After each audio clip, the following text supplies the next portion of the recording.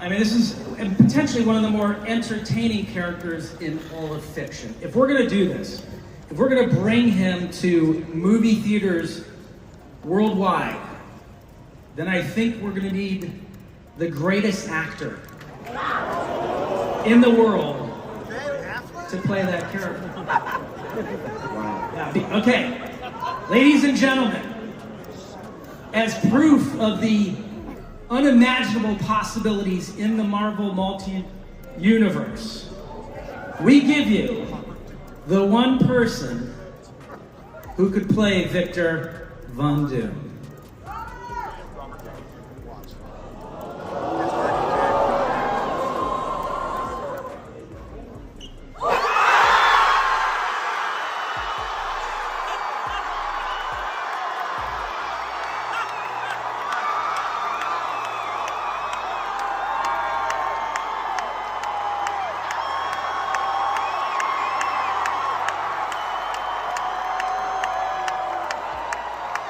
New mask.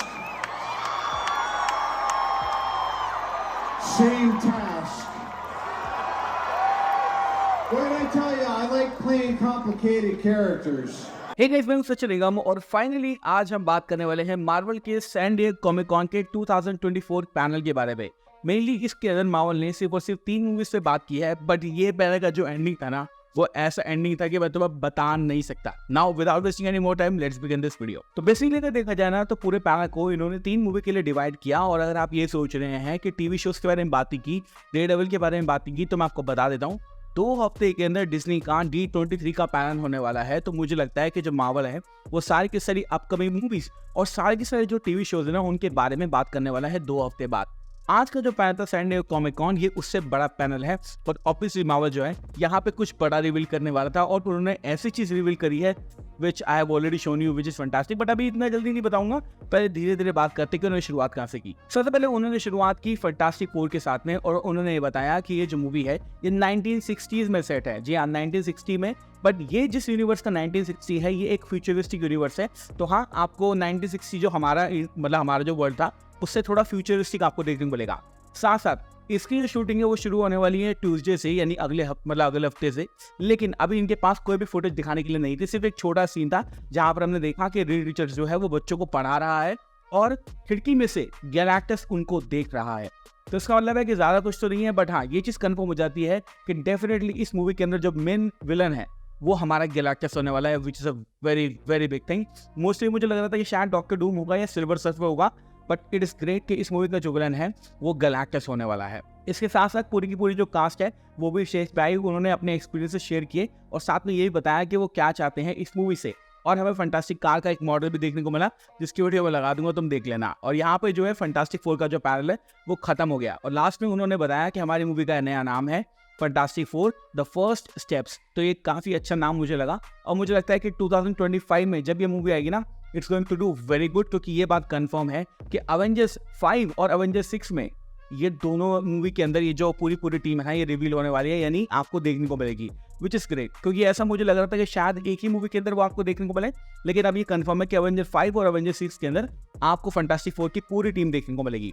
Now moving on to the next movie जिसके बारे में मार्वल ने बात करी वो थी थंडरबोल्ट्स। अब थंडरबोल्ट्स मूवी का ना थोड़ा बहुत जो है एक तरह से फुटेज वगैरह दिखाया गया है, जो फुटेज मैं आपको बताया हूँ।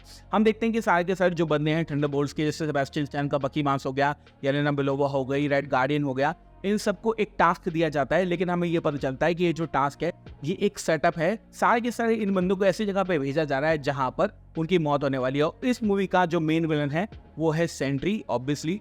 तो ये बात यहाँ पे कंफर्म हो चुकी है। साथ साथ थंडरबोल्ट्स का वो जो एस्ट्रिक वाला मार्क था ना, उसके बारे में भी क्लियरिटी करके गई है। वो ये बताया गया है कि वो थंडरबोल्ट्स का जो मार्क है ना, फर्स्ट ऑफ ऑल वो किसी थंडरबोल्ट रॉस से कनेक्शन नहीं है, इसलिए वो मार्क लगाया गया। तो साथ साथ अगर उस मार्क को हम जूम करेंगे तो पता चलेगा वो बुलेट्स हैं एक्चुअली में। तो हाँ, ये काफी अच्छा उन्होंने रिवील किया। और साथ साथ कास्ट से बात की, कास्ट ने बताया कि भाई मैं बहुत एक्साइटेड हूँ काम करने के लिए। सेबेस्टियन स्टैन ने बोला कि मैं लगभग 15 साल से बकी बांस का रोल कर रहा हूँ, कितनी बार और कर पाऊंगा मुझे नहीं पता। येलेना बेलोवा को उन्होंने बोला कि उन्होंने बहुत ही बढ़िया एक्टिंग की है। साथ साथ जॉन वॉकर जो प्ले करते हैं हमारे वाइट रसल, उन्होंने बोला कि इस मूवी के अंदर सब लोग मुझे पसंद करने वाले हैं। ऐसे होने वाला तो नहीं है, यूएस एजेंट को कौन ही पसंद करता है, बट हाँ, इस मूवी के बारे में हमें इस तरह से देखने को मिला। और यहाँ पर जो है इसके बारे में भी बातें खत्म हो गई। इसके बाद केविन फाइगी ने बहुत ही बड़ी अनाउंसमेंट करी, मतलब इट्स वाज लाइक फैंटास्टिक। तो शुरू से बताता हूँ हुआ क्या। सबसे पहले केविन फाइगी ने बोला कि आप ये बात जानते हैं कि हमारा जो सिनेमैटिक यूनिवर्स है उसके अंदर 2 मूवी आने वाली है और दोनों मूवी के बारे में हम बात करने वाले हैं, और एक मूवी का जो टाइटल है वो कंफर्म आज हम करने वाले हैं। ये बात आप ऑलरेडी जानते हैं कि अवेंजर्स 5 का जो ओरिजिनल टाइटल था वो था अवेंजर्स 5 कैंग डायनेस्टी, लेकिन जॉनथन मेजर्स के साथ कुछ सीन हो गया था, इसलिए कैंग डायनेस्टी तो बन नहीं सकती। तो उन्होंने फाइनली ये चीज रिवील कर दी कि दोनों मूवी को डायरेक्ट करने के लिए आने वाले हैं रूसो ब्रदर्स, जो कि मैं चाहता ही था। मतलब मैंने अपनी पुरानी वीडियो में कहा था कि अवेंजर 5 को डायरेक्ट कौन करे, तो काफी सारे ऑप्शन थे, लेकिन मैंने कहा था कि भाई रूसो ब्रदर्स को ही देना। तो ये बहुत ही बढ़िया चीज है कि मार्वल वालों ने एक छोटे से बंदे की सुनी, मेरी मतलब सबकी सुनी, हम सबकी, और फाइनली ये कंफर्म है कि अवेंजर 5 और अवेंजर 6 दोनों मूवी जो है वो रूसो ब्रदर्स ही डायरेक्ट करने वाले हैं, विच इज फैंटास्टिक।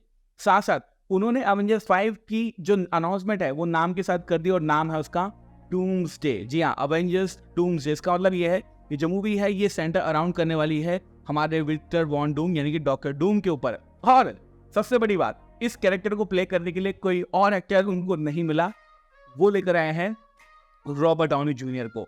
अब मैंने अपनी पुरानी वीडियो में ये बताया था कि रॉबर्ट डाउनी जूनियर का जो कैरेक्टर है ये अगर as a Iron Man return होता है तो बहुत ही बढ़िया होगी, लेकिन अगर एज डॉक्टर डूम रिटर्न होता है तो ये मैं 50-50 हूँ। और अब ये अनाउंसमेंट देखने के बाद में मैं कहूँगा कि आई एम स्टिल 50-50, क्योंकि मैं ये नहीं कहूँगा कि ये एक बुरी अनाउंसमेंट है या फिर मार्वल वालों के पास कोई प्लान नहीं है, क्योंकि अगर रूसो ब्रदर्स जो है वो इस मूवी को डायरेक्ट करने वाले हैं तो भाई definitely Kevin Feige, Russo brothers, Robert Downey junior के पास एक प्लान है कि भाई आयरन मैन का जो कैरेक्टर था जो लोगों के मन में बसा हुआ है इसको भुलाकर अब डॉक्टर डूम का किस तरह से हम रोल यहाँ पे दिखाने वाले हैं।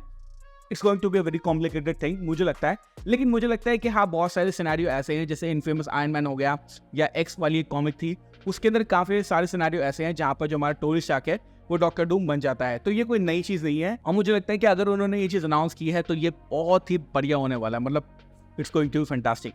साथ साथ अगर आपको ये लग रहा है कि अगर Robert Downey junior doctor Doom है तो क्या वो आयरन मैन के रोल में आपको देखने को मिलेंगे, तो इसका आंसर मैं तुम्हें दे देता हूँ। तो इसका आंसर है हाँ जी, आपको देखने को मिलेगा। इसका मतलब है कि रॉबर्ट डाउनी जूनियर अब जो है वो फ्यूचर मूवीज के अंदर 2 रोल करने वाले हैं, पहला हमारे डॉक्टर डूम का और सेकंड हमारे टोनी स्टार्क यानी कि आयरन मैन का। लेकिन मुझे लगता है कि जो अवेंजर 5 होने वाली है यानी डूम्सडे होने वाली है उसके अंदर शायद आपको टोनी स्टार्क देखने को ना मिले, आपको जो टोनी स्टार्क है वो डायरेक्टली देखने को मिलेगा सीक्रेट वॉर्स के अंदर, क्योंकि ये जो पूरी मूवी है ना ये डॉक्टर डूम पे फोकस होने वाली है। और जब अवेंजर्स को पता चलेगा कि डॉक्टर डूम टोनी स्टार्क है, मतलब यार क्या वो बात होगी, मतलब वाह। और साथ साथ उन्होंने जब रिवील वीडियो यहाँ पर लगाई तो अब डॉक्टर डूम के रोल में आप देख सकते हैं कि रॉबर्ट डाउनी जूनियर आते हैं, अपना मास्क उतारते हैं और भाई क्राउड पागल हो गया।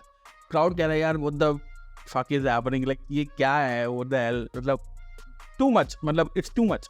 सोच के देखो आप वहाँ पे खड़े हो जो मतलब रॉबर्ट डाउनी जूनियर जिन्होंने पूरा सिनेमैटिक यूनिवर्स बनाया मार्वल का, अब पोटेंशियली वो शायद इस सिनेमैटिक यूनिवर्स को खत्म करने वाले हैं एज डॉक्टर डूम। तो ये बहुत ही बढ़िया लाइक सर्कल मूवमेंट है विच आई एब्सोल्युटली लव्ड, और मुझे लगता है कि अगर मैं वहाँ होता तो मैं तो भाई हो जाता था।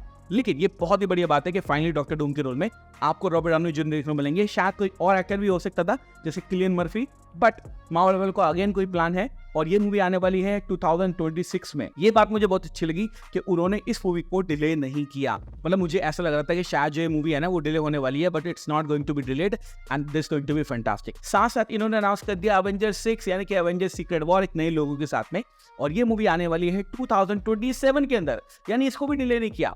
एक ही साल के बाद आपको अवेंजर सीक्रेट वॉर देखने को मिलेगी which is going to be great, और मुझे लगता है कि ये सबसे बड़ी मार्वल की मूवी होने वाली है। लेकिन आज की सबसे बड़ी न्यूज जो है वो ये है कि Robert Downey Junior as Doctor Doom, ये कभी किसी ने सोचा नहीं था, कभी किसी ने अंदाजा भी नहीं लगाया था, और फाइनली हमें वो देखने को मिल रहा है। तो guys please let me know in the comment section below कि तुम्हारे हिसाब से ये जो मार्वल का मूव है ये कैसा है, और क्या एक्चुअली में रॉबर्ट डाउनी जूनियर, मतलब मुझे कोई डाउट तो नहीं है कि वो डॉक्टर डूम का रोल नहीं कर पाएंगे, बट क्या तुम ये इमेजिन कर पा रहे हो? बिकॉज मैंने अपने इंस्टाग्राम पे भी डालता कि it is very hard to जज भाई, मेरे से तो पच नहीं रहा। तो ये बहुत ही बड़ी न्यूज़ है। और अगेन जैसे मैंने शुरू में बताया कि अगर आपको ये लग रहा है कि और मूवीज के अनाउंसमेंट और जो टीवी शोज के ट्रेलर वगैरह क्यों नहीं दिखाएं, तो भाई D23 तक आपको रुकना पड़ेगा, उसके अंदर ही आपको सब कुछ देखने को मिलेगा। तो मिलते हैं, अब इंस्टाग्राम पे आ जाना, इंस्टाग्राम पे सारी बातें करेंगे, लिंक दे दूंगा डिस्क्रिप्शन के अंदर, प्लीज फॉलो कर लेना फटाफट से, 4000 फॉलोवर करवा दो, उसके बाद हम बात करेंगे। Thank you so much for watching this video. मैं हूं सचिन निगम, मिलूंगा आपसे अगली वीडियो के अंदर। Bye guys, love you all and have a great amazing day.